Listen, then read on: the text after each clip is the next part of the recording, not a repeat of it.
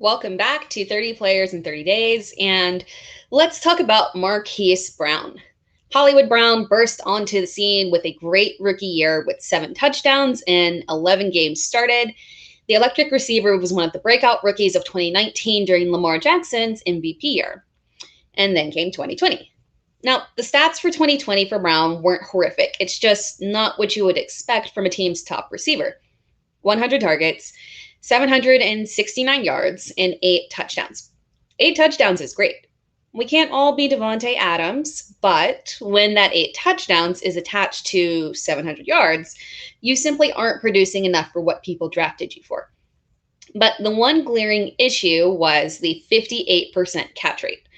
Getting 100 targets is cool, but translating that to only 58 receptions with only 48 yards per game is rough. But again, it really wasn't Hollywood's issue. Let's make some comparisons. His 100 targets were top for the Ravens. He led the team in targets, touchdowns, and yards, with Mark Andrews close behind, of course. And in terms of comparison with catch rate for Andrews wasn't terrible, but he wasn't at that Kelsey, Waller, Kittle level. So it would lead you to believe that the improvement in accuracy and volume is key for all Ravens receivers. So what's the solution, and why are we targeting Brown? Lamar's completion percentage isn't great. It could improve some, but it's not a glaring issue. His completion percentage is similar to Matt Ryan, Big Ben, Tom Brady, Ryan Tannehill, and that's cool. But when you throw for such a low volume, the percentage does become a problem. But all signs point to volume increase for the Ravens. The Ravens are woefully low in pass volume, and it limits their ability to keep up with the Chiefs and the Bucs of the world.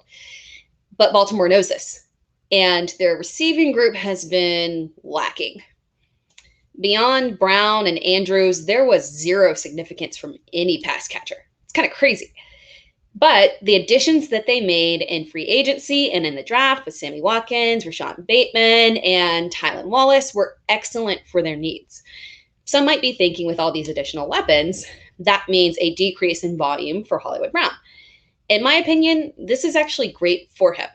It will encourage the pass to move forward, it will spread the field, and Hollywood can be the dynamic receiver that the Ravens need him to be. They have the weapons now to actually drive pass volume. And for Brown, it doesn't have to be a lot. We're not talking about them having to get up to a Kansas City level of volume. As long as he can maintain that level of touchdowns and see a reasonable uptick in targets, which we should expect, he can get to a touchdown and yardage range where you'd feel comfortable with him at a wide receiver too. So keep that in mind and purchase him accordingly.